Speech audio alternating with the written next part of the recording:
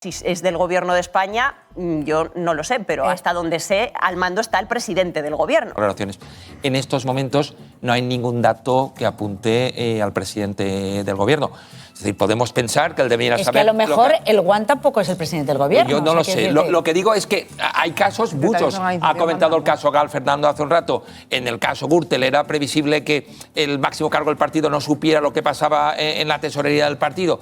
Podemos especular, y eso es muy legítimo políticamente, periodísticamente, pero jurídicamente, para que pueda elevarse además ante el Tribunal Supremo, nada menos, una exposición razonada, tiene que haber muchísimo más de lo que conocemos ahora. Y luego la otra cuestión, y con esto cierro el tema de Zapatero. Quiero subrayarlo porque creo que no se especifica bastante. Hay como una defensa o un ataque a Zapatero en función de su trayectoria política. Y aquí no se va a juzgar al Zapatero político. Es que esto es muy interesante. Ni los avances, ni lo conseguido en su legislatura. Pero acabo la frase. Aquí no se investiga al Zapatero político, se investiga al Zapatero empresario. Aquí el derecho penal no puede investigar si es simpático, antipático, más progresista. Pero tampoco es una persona particular. Es un expresidente. Lo que se va a analizar es si falseó facturas como empresario, si blanqueó dinero, si presionó para que hubiera un rescate. Pero eso no es investigar al Zapatero político, sino al Zapatero empresario. Aunque mezcle todo. Magistrado, se pide la nulidad del procedimiento por estar podrida y aludiendo a falacias. ¿Esto es viable? En mi opinión, este caso es de esos que podíamos catalogar, ¿no?, en la categoría de casos difíciles jurídicamente. Hay muchas cuestiones jurídicas que van a tener que resolverse. Yo no creo que se anule todo el procedimiento, que el tribunal tiene cuestiones previas sobre la mesa, pero sí que, por ejemplo, cuestiones muy técnicas, ¿no?, como la prescripción, ¿no?, de uno de los delitos que se ha alegado.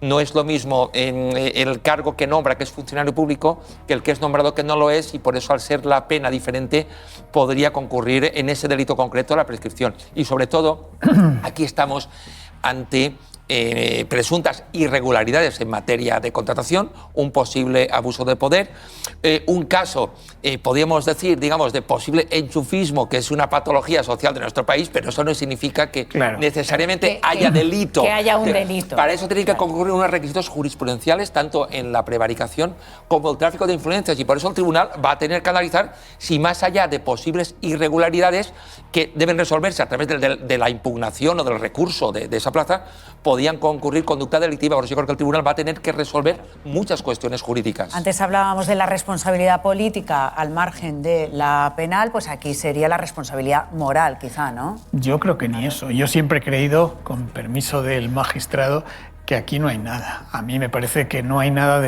porque, como se ha escuchado en el vídeo, en el momento que se crea la plaza, Pedro Sánchez no es ni secretario general del PSOE. Le habían tirado por la ventana en aquel famoso comité federal y, por tanto, no tenía el poder para influir para que se creara esa plaza. Además de la lamentable costumbre del enchufismo, que no todos, es más, prácticamente ninguno, termina en un proceso penal. Otra cosa es si desde el punto de vista administrativo se anula o no se anula. Y me parece, por tanto, que en este caso no hay nada. Esa es mi opinión personal. Es verdad que sí que hay un puesto de trabajo por el que se cobró en 5 años más de 300.000 euros de dinero público. Entonces eso también habrá que aclararlo. Pero, por ejemplo, se han dicho cosas que no son verdad, como que no iba a la oficina, que no hacía nada. Al mismo tiempo se decía que los festivales que hacía de ópera no eran buenos, eran malos, que no estaba en el despacho, quien estaba con la orquesta, ¿no?, o estaba buscando por ahí músicos, no tenía que estar. A mí me parece que no hay nada y me parece toda una gran exageración la que se ha montado. A ver, que cuando se la adjudicaron estaba Pedro Sánchez en ese ínterin en que no era secretario general, pero cuando el hermano tomó posesión sí lo era. Ya es el acto de la adjudicación, no la toma de posesión. Es decir, no era un mindundi. Pero entiendo que lo importante es el momento en el que se adjudica. A ver, con Fernando, a mí me parece, y por un poco también ubicarlo. La instrucción ha sido justa, y no lo digo yo, lo dijo el otro día la fiscal que está llevando la acusación, ¿no?, contra el hermano, la fiscal que ha pedido que en el caso del hermano de Sánchez, que la fiscalía es independiente. La fiscal, déjame terminar. No, lo dijo Sánchez. Venga, Marta. A ver, la fiscal que se está llevando el caso del hermano de Sánchez, el otro día lo que dijo, pidió que había prescrito, etcétera, etcétera, y salió en defensa de la juez Viedma. Absoluta defensa. Dijo que no había lawfare. Me repateo con lo que he escuchado en esta mesa. no hay justicia, no hay juicios orales justos con instrucciones injustas. Porque como decía uno de los grandes maestros del derecho, en este caso muy conservador, como Landelino Lavilla, la instrucción siempre es la preparación del juicio oral. Claro, cuando tú haces, como se ha reconocido aquí, instrucciones al menos muy dudosas, y yo diría que incluso en términos, déjame que termine, en términos eclesiásticos, yo diría incluso pecaminosas, como el caso de la hermana, del hermano del señor presidente o de su mujer, ¿qué clase de juicios podemos esperar? Por ejemplo, ¿qué juicio esperamos cuando se instruye? ¿Crees que no lo está teniendo? En el caso del fiscal general Solo te pregunto del Estado. eso, O como en el proceso. ¿Pero crees que no está teniendo un juicio justo el hermano? ¿De verdad lo crees? Yo creo que no. No ha empezado todavía. ¿Crees que no? Yo creo que no. Hermano, ¿Escuchaste a la fiscal? Bueno, eso son las cuestiones previas. Yo creo que no. Porque el proceso es desde que empieza la investigación. No lo va a tener. Y uno adquiere la condición de imputado o investigado. ¿De verdad creéis que no va a tener un juicio justo? Pero vamos a ver, todavía nos han enseñado que el juicio tiene dos partes, una fase de instrucción y una fase oral. Está en las cuestiones previas. Está en las cuestiones que la cortemos, yo no la corto.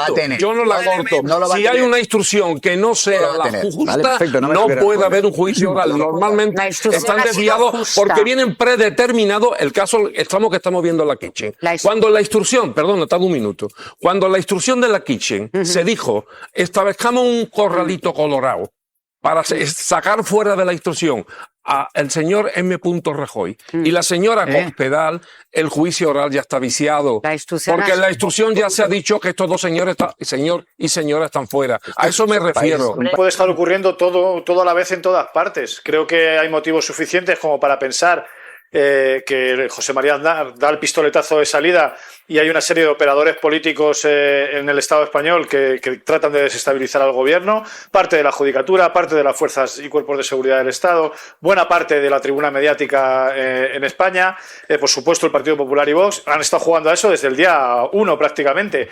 Creo que puede ser verdad también que la posición internacional de España plantándole cara a Donald Trump haya devenido en un intento también de la administración norteamericana de ayudar en esa tarea a quienes quieren desestabilizar a este gobierno. Y creo que también es posible que el Partido Socialista haya decidido darle argumentos a esa coalición de desestabilizadores haciendo cosas de las que muy posiblemente se va a arrepentir. Creo que todo puede ser verdad a la vez.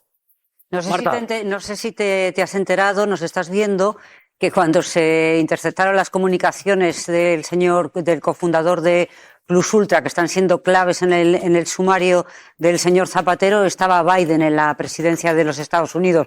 Te digo porque fue en Miami fue hace 4 o 5 años, o sea que no está 5 años, no estaba Donald Trump, sino Biden. Te doy esa pequeña información.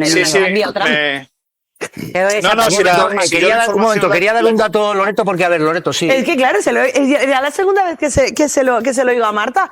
Sí, a este señor le paran en el 2020. Ajá. Pero eso llegas con Trump ya estando en la presidencia. O sea, tiene Estados Unidos 4 años y medio, una información súper relevante sobre que un expresidente del gobierno ha delinquido y, ¡oh, sorpresa!, lo mandan con Trump al frente de la Casa Blanca cuando se encabrona con el presidente del gobierno de este país. Y también interviene Trump en la Fiscalía Suiza y en la Fiscalía. Es que yo no estoy en la mesa y no puedo ver. Que nos piden información de blanqueo. Que nos piden información de blanqueo. Las dos cosas y lo que manda la Fiscalía Suiza. No lo nombran. No nombran a Zapatero, pero piden que se investigue una operación de blanqueo. Piden que se investigue una operación. Voy a poder hablar. Por personas vinculadas a Plus Ultra, todas ellas, o venezolanas o peruanas, que han desviado dinero del rescate y le dicen, gobierno español, tú has rescatado una empresa y se los están llevando crudos. Eso es, y se le espera Zapatero en ese sentido. Toda la razón, te la has llevado. Emilio Delgado, por favor, Emilio. Con dinero público. Emilio. Y Marta, no puedo hablar, Jesús. Marta, uno por uno, Emilio. Sí, Marta, yo soy consciente de esa información y de que las escuchas se producen hace 5 años. Soy consciente de que se han tirado 5 años en un cajón y se han sacado ahora.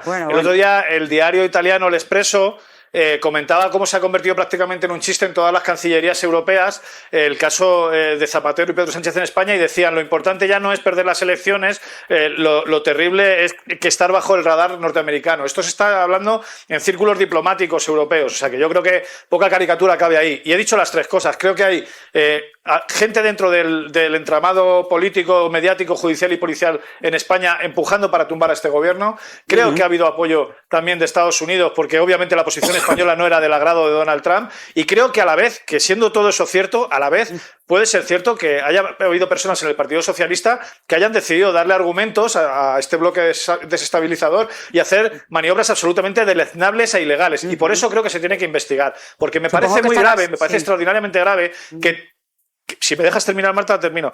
Me parece extraordinariamente grave que en este país se hayan suspendido todos los demás debates. Ya no vamos a poder hablar ni de la actualización de los salarios, ni de la vivienda, ni de los servicios públicos, ni del modelo productivo. Ya solo se habla de quién es más ladrón. Y eso es ácido para la democracia. Eso lleva a millones de personas a no confiar, no ya en las instituciones, que tienen serias dudas, y con razón en muchos casos, sino sencillamente en el mecanismo democrático. Y me parece extraordinariamente grave todo lo que está pasando. Por eso digo... Emilio, un elemento más, porque decía Díaz Ayuso, la izquierda hará que ardan las calles como respuesta a lo que está pasando. Y decía ella, la justicia es imparcial. Decía esto Díaz Ayuso.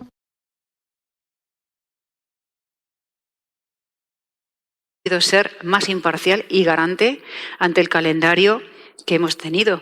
Tenemos el primer presidente imputado, Zapatero, a la vez que la primera dama y el hermano del presidente son procesados. Y tenemos el primer fiscal general del Estado condenado.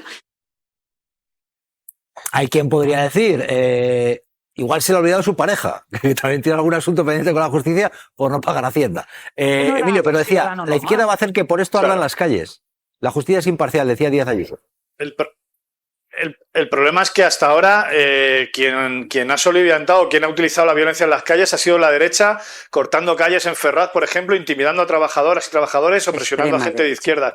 A la señora Ayuso le parece que la justicia es imparcial salvo cuando la investiga a ella, a su marido, o sea, a su novio o a su hermano. Entonces le parece que hay una operación política en contra de ella. Mira, lo que es intolerable, y eso es ácido, como decía, para la democracia, es que aquí algunas causas avancen a la velocidad de la liebre y otras de la tortuga. Para conocer el estado de las cuentas de su pareja llevamos casi un año. Para conocer el estado de las cuentas de Begoña Gómez solo hizo falta una semana. Aquí hay gente a la que se la mira con lupa, mientras que a otra gente no se la ha mirado ni de lejos. Yo recuerdo que Esperanza Aguirre, cuando se hizo el AVE Madrid-Barcelona, se decidió poner la estación de Guadalajara, no en Guadalajara, sino en un pueblo semidesierto y abandonado que se llamaba Lleves. Qué casualidad que los terrenos alrededor se multiplicaron por 20 y la familia de Esperanza Aguirre, que era la propietaria de buena parte de esos terrenos, ganó 200 millones de euros con esto y luego los canalizó a través de una sociedad en Luxemburgo. ¿Sabéis qué pasó en ese juicio, en lo que terminó ese juicio? Pues que ni siquiera se abrió juicio, nadie lo investigó. Entonces yo creo que hay una parte de la ciudadanía que está harta de que los organismos estatales que pagamos todos, entre ellos la justicia,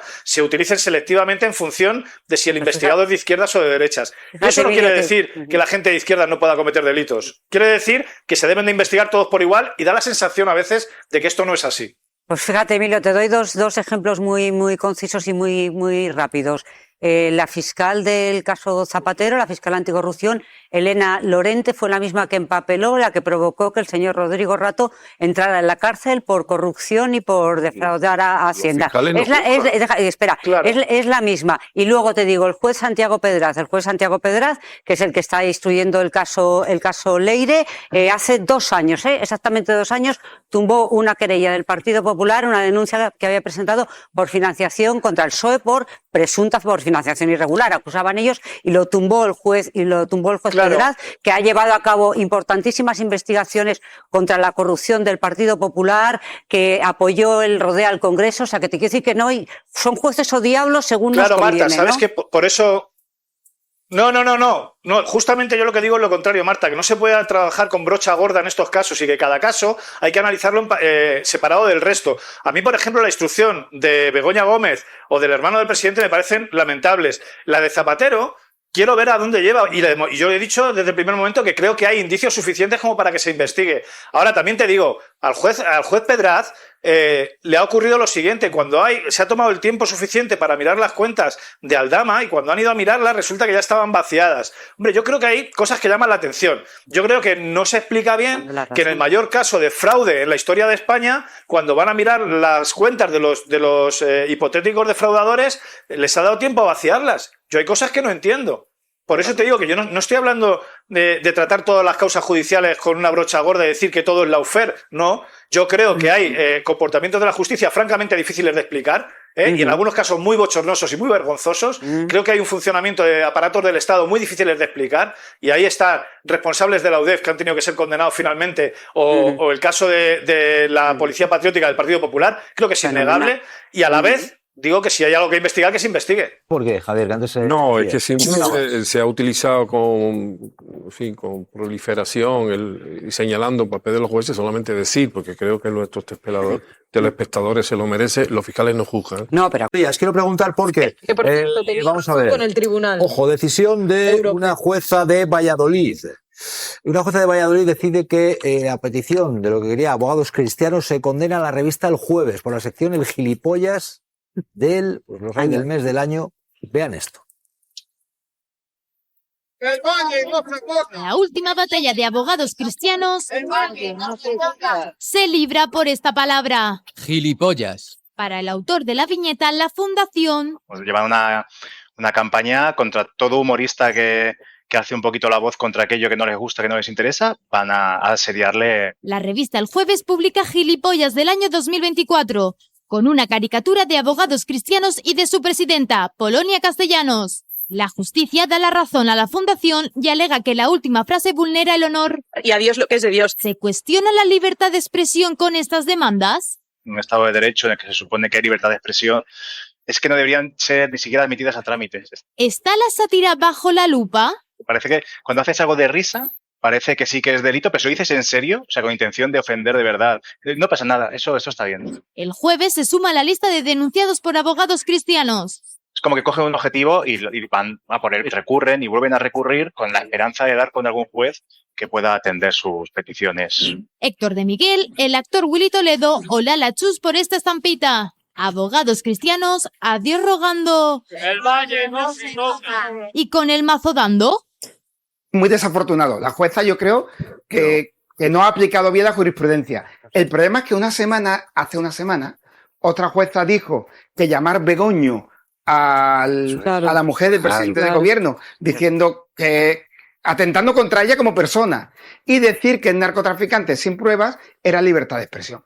Entonces, lo que no podemos tener es que cada juez diga lo que es libertad de expresión o no, según lo que le parezca. Si yo coincido con el fondo en libertad de expresión, si me molesta, se han pasado los límites de humor. Necesitamos una justicia pues que sea igual para todos y que aplique un criterio, un estándar único de la libertad de expresión. Pues profesor, mal lo de las dos cosas. Llamar begoño, por supuesto, yendo en contra de los...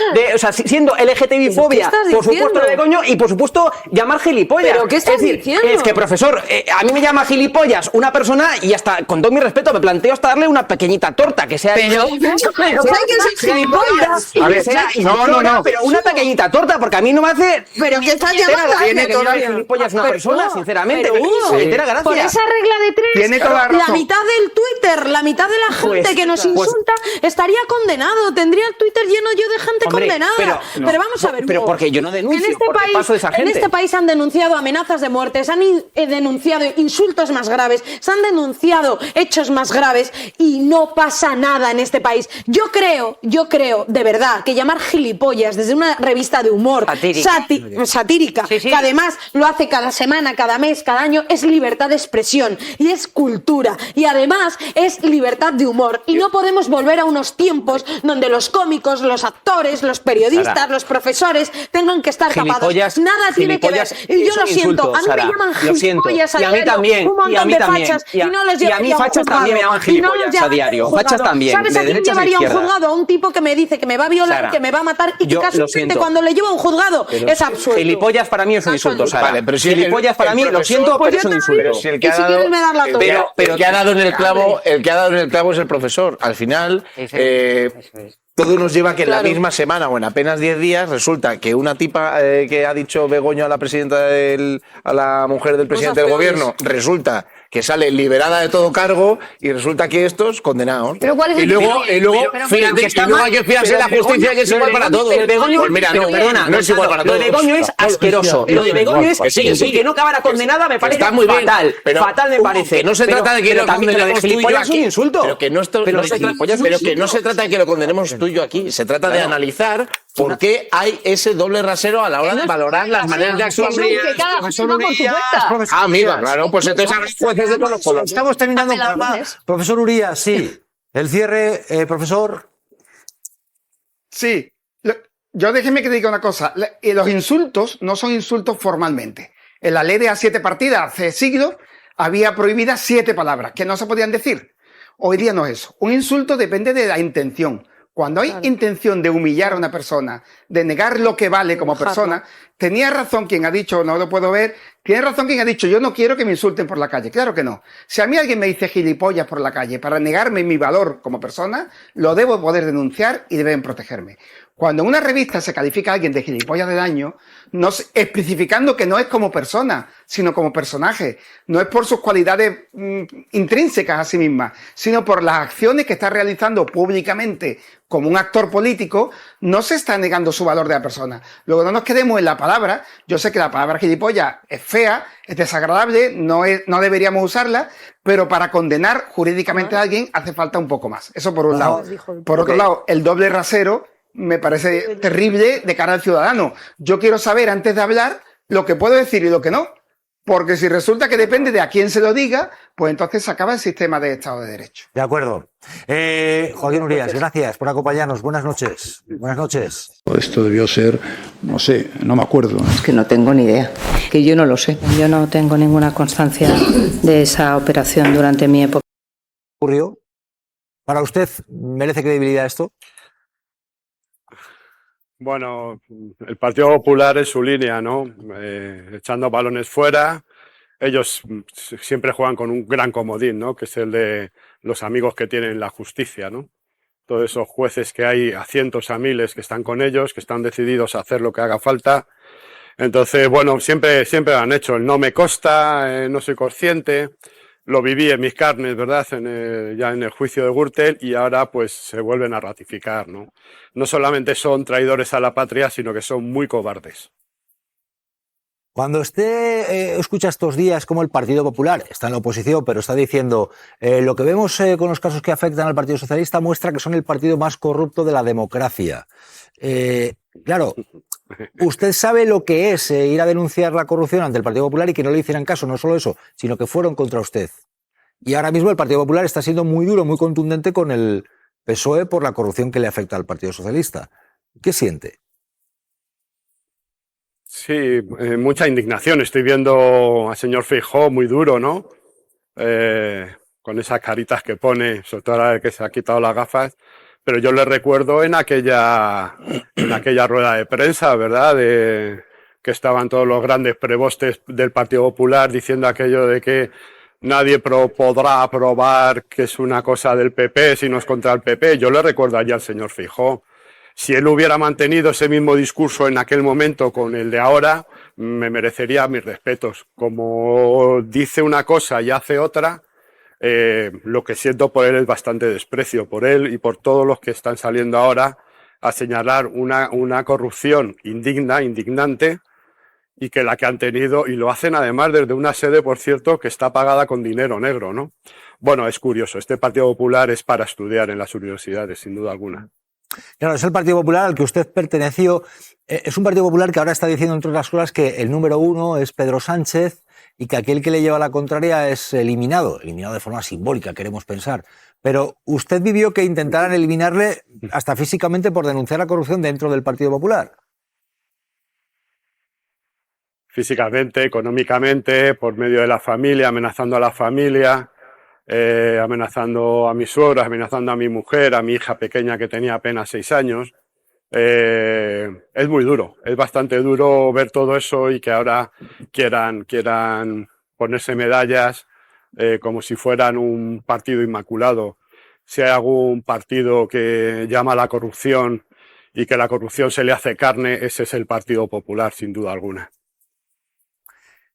Si usted tuviera que aplicar un par de medidas, le pediría, para combatir la corrupción en un tiempo en el cual ahora mismo hemos entrado en unos días en los cuales se está hablando de Kitchen, porque está el juicio de Kitchen, y al mismo tiempo se está hablando, pues nada más y nada menos que la entrada de la Guardia Civil en la sede del Partido Socialista, o el sumario que afecta a Zapatero. Se puede entrar en un y tú más, pero un par de medidas que usted aplicaría para combatir la corrupción, y lo digo con usted que es denunciante de la corrupción.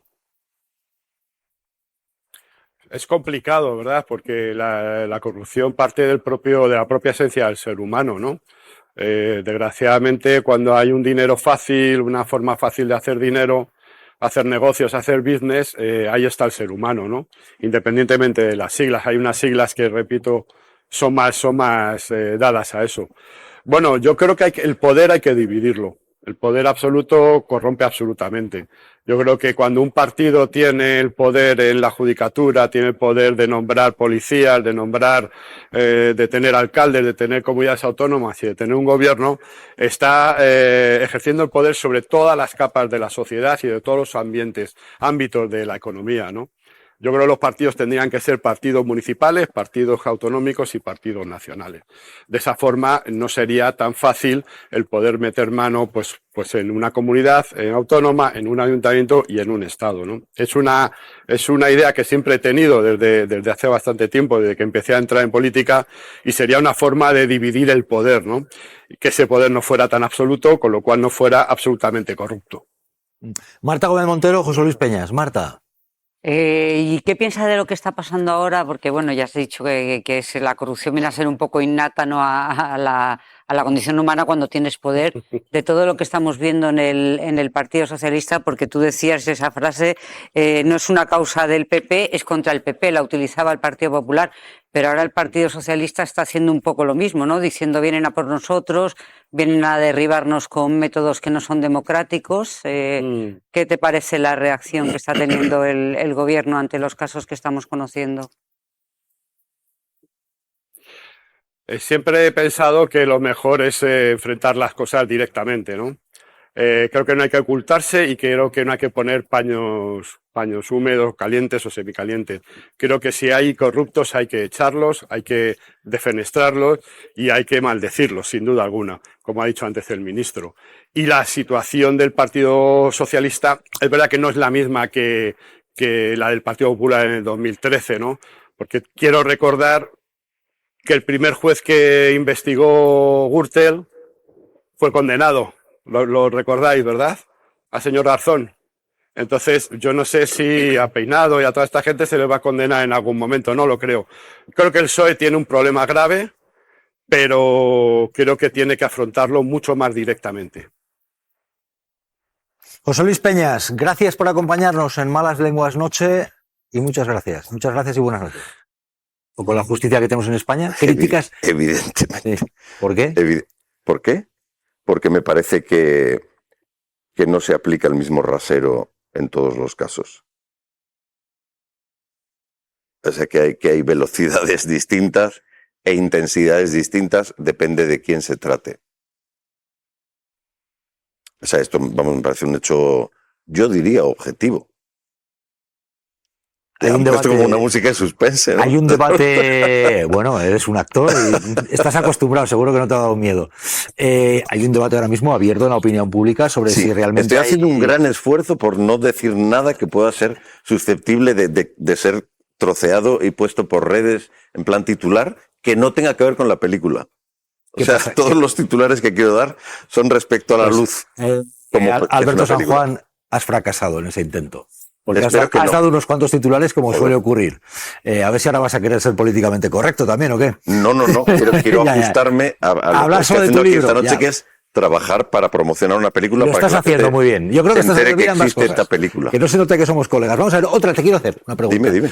Decías, el Poder Judicial, y que eras crítico, que se ve objetivamente que hay dobles varas de medir. Ahora hay un debate muy abierto en la actualidad. Pero debería estar encantado el Poder Judicial de ser observado con una mirada crítica. Bueno, no están tan encantados. No están tan encantados. Claro. Decía que hay un debate muy abierto porque se está diciendo, hay una operación de derribo de este gobierno, hay una justicia que está actuando con extrañas coincidencias. ¿Tú lo ves? ¿Puede haber un deseo de poderes políticos, judiciales, mediáticos porque caiga este gobierno? Es que la respuesta esa es de la categoría titularcillo, ¿no? Que puede... Bueno, parece evidente, ¿no? Parece evidente. Y fíjate que yo nunca diría que el PSOE pretende la transformación necesaria para acabar con la desigualdad en España, en absoluto. Había un lema del 15M que no voy a repetir aquí, que asociaba en cierta dirección al PSOE y al PP y, en fin, creo que estaba bien fundamentado. O sea, creo que desde que surge el 15M se pone en marcha toda la maquinaria profunda del poder, el Estado, el Poder Judicial, los partidos y tal, para matar el espíritu del 15M, ya no para acabar con aquella movilización, sino para matarla, para que no quede resto. O sea, hay como una especie de cosa de cada vez que, digamos, la base social, las clases populares inician algún movimiento para levantarse de su postración, históricamente han sido reprimidas con los instrumentos necesarios. La violencia física, la propaganda. Yo no sabía que en la Segunda República, por cierto, hay un libro publicado muy interesante sobre esto, el Poder Judicial jugó un gran papel contra los gobiernos republicanos y contra las reformas que pretendían en la propiedad de la tierra y en otras cosas. Un papel desestabilizador y que ralentizó mucho sus políticas. Sí, o sea, en realidad, tumbar ese gobierno ya es el último capítulo.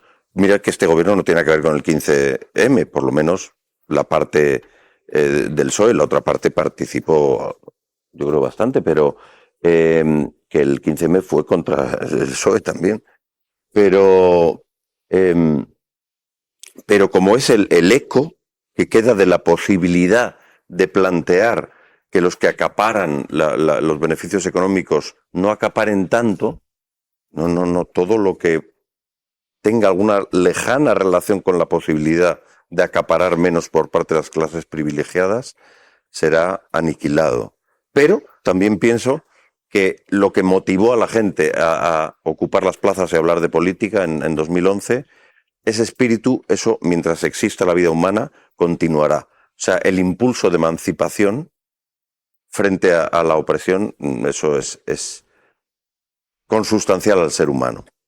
Cuando se analiza la impunidad, ¿puede uno llegar a la conclusión, te pregunto, de que quien tiene más poder tiene un tipo de justicia que quien tiene menos y no tiene acceso a una justicia que puede favorecer a los poderosos? Esto parece muy claro, sí. Y luego es curioso como el otro día alguien desde el Poder Judicial o algo, normalmente desde el Poder Judicial, desde sus órganos, reclaman que se respeten sus decisiones y no se les critique. ¿Por qué? ¿Por qué criticar menos al Poder Judicial que al Poder Ejecutivo o Legislativo? Cualquier estructura de poder ha de ser observada con una mirada crítica constante. Y estos son los tres poderes que forman la democracia, pero la Iglesia es una estructura de poder evidente y su papel en el presente y a lo largo de la historia, en el caso de España tiene un gran papel a lo largo de su historia, ha de ser estudiado y observado críticamente y por sus representantes actuales asumido. Y hay que ver también violencias en las que puedan haber participado. ¿Qué hacen con ellas a día de hoy? O las grandes empresas del IBEX 35 que en su día se enriquecieron gracias al trabajo esclavo de presos republicanos. A día de hoy, es decir, mirar nuestro pasado y asumir nuestras responsabilidades. Otra cosa es que digas, yo es que creo en el abuso, creo en la desigualdad y como me toca en el lado fuerte, pues estoy encantado. Pues bueno, yo lo agradezco más eso que tratar de ocultarlo. O sea que creo que lo mínimo que nos podemos exigir como seres humanos es ser conscientes de lo que hacemos y de las consecuencias de nuestros actos. Me parece que el modelo económico llamado economía de mercado o capitalismo es corrupto en sí. la rentabilidad económica está por encima de la vida humana, todo lo vivo es susceptible de ser convertido en mercancía y ser comprado o vendido. Entonces, al contrario de lo que ha venido predicando el propio capitalismo, no es compatible con la democracia. Creo que democracia solo existiría en el caso de que el conjunto de la ciudadanía tuviéramos un control efectivo sobre los recursos básicos para la vida. La vivienda, la salud, la educación, la energía, una información libre. En el caso de que eso estuviera en manos de la ciudadanía y no de una minoría privilegiada, podríamos hablar de democracia. Lo otro puede ser un sistema con algunos aspectos democráticos y con algunas vestimentas democráticas, pero no considero que o sea, sí, y es más, me parece un peligro pensar que esto pueda ser una democracia, porque si democracia es un sistema donde no tienes asegurado por el hecho de existir tener acceso a vivienda, alimentación sana y suficiente, escuela, salud suficiente en cantidad y en calidad, pues ¿cuál es la gracia? Y ese es yo creo, un recurso del autoritarismo que dice, ¿ves? La democracia ha fracasado, ahora dejarnos que venga otra vez algún cirujano de hierro para arreglar la situación. Pero ¿Cómo ves cuando vemos, por ejemplo, ahí vemos un contraste, nada más mirar el pantallón, una señora de una edad avanzada haciendo el saludo fascista y después veíamos a jóvenes y se ve también al presidente del gobierno. ¿Cómo ves ese enjuague que está viendo? ¿Por qué crees que hay jóvenes que creen, por ejemplo, que con Franco se vivía mejor y esto está corriendo como la pólvora, por ejemplo, en las redes sociales? Bueno, una vez más yo creo que el fascismo surge en la mayor crisis del capitalismo mundial previa a la de 2008, que es la que estalla con el crack del 29. En esa época surge el fascismo. El fascismo es un recurso, yo creo, del capitalismo cuando se le va de las manos la desigualdad social. Entonces, para evitar una movilización popular de tipo emancipatorio, de signo democrático, como fue el 15M, pues saca esta bestia a pasear, ¿no? Y puede llegar a ser atractiva, yo lo entiendo. Puede despertar pasiones la violencia como método, no sé.